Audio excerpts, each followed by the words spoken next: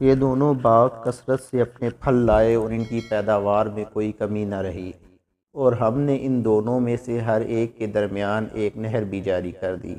اور اس شخص کے پاس اس کے سوا بھی بہت سے پھل یعنی وسائل تھے، تو اس نے اپنے ساتھی سے کہا کہ وہ اس سے تبادلہ خیال کر رہا تھا کہ میں تجھ سے مال و دولت میں کہیں زیادہ ہوں اور قبیلہ و خاندان کے لحاظ سے بھی زیادہ باعزت ہوں۔ وہ اسے لے کر اپنے باغ میں داخل ہوا، تکبر کی صورت میں اپنی جان پر ظلم کرتے ہوئے کہنے لگا،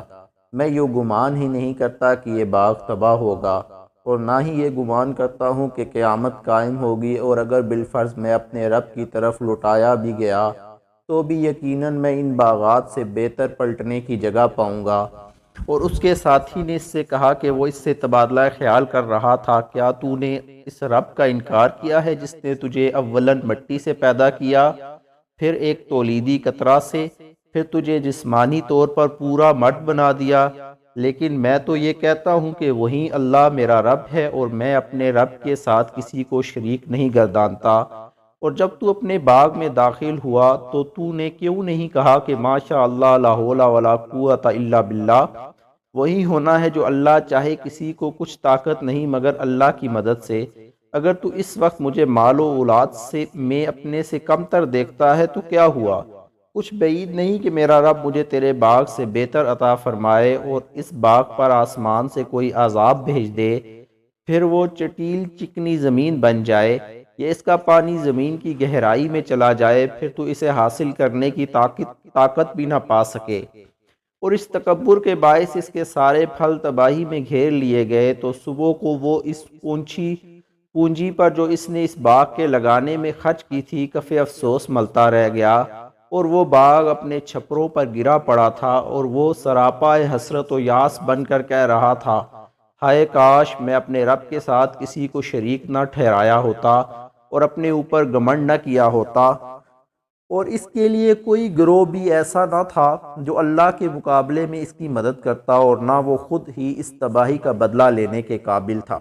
یہاں پتہ چلتا ہے کہ سب اختیار اللہ ہی کا ہے، جو حق ہے وہی بہتر انعام دینے میں اور وہی بہتر ہے انجام کرنے میں۔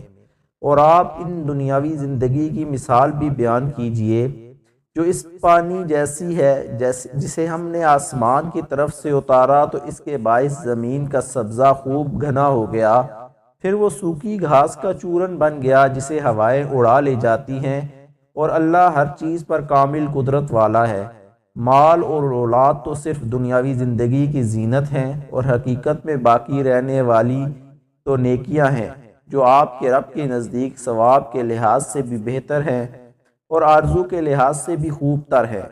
وہ دن قیامت کا ہوگا جب ہم پہاڑوں کو ریزہ ریزہ کر کے فضا میں چلائیں گے، اور آپ زمین کو صاف میدان دیکھیں گے، اس پر شجر، حجر اور حیوانات و نباتات میں سے کچھ بھی نہ ہوگا، اور ہم سب انسانوں کو جمع فرمائیں گے اور ان میں سے کسی کو بھی نہیں چھوڑیں گے، اور سب لوگ آپ کے رب کے حضور قطار در قطار پیش کیے جائیں گے۔ ان سے کہا جائے گا، بے شک تم ہمارے پاس آج اسی طرح آئے ہو جیسا کہ ہم نے تمہیں پہلی بار پیدا کیا تھا، بلکہ تم یہ گمان کرتے تھے کہ ہم تمہارے لیے ہرگز وعدہ کا وقت مقرر ہی نہیں کریں گے۔ اور ہر ایک کے سامنے اعمال نامہ رکھ دیا جائے گا، سو آپ مجرموں کو دیکھیں گے، وہ ان گناہوں اور جرموں سے خوفزدہ ہوں گے جو اس اعمال نامہ میں درج ہوں گے، اور کہیں گے، ہائے ہلاکت، اس اعمال نامہ کو کیا ہوا ہے؟ اس نے نہ کوئی چھوٹی بات چھوڑی ہے نہ کوئی بڑی بات، مگر اس نے ہر بات کو شمار کر لیا ہے، اور وہ جو کچھ کرتے رہے تھے اپنے سامنے حاضر پائیں گے، اور آپ کا رب کسی پر ظلم نہ فرمائے گا۔ اور وہ وقت یاد کیجئے جب ہم نے فرشتوں سے فرمایا کہ تم آدم علیہ السلام کو سجدہ تعظیم کرو، تو ان سب نے سجدہ کیا سوائے ابلیس کے، وہ ابلیس جنات میں سے تھا، تو وہ اپنے رب کی اطاعت سے باہر نکل گیا۔ کیا تم اس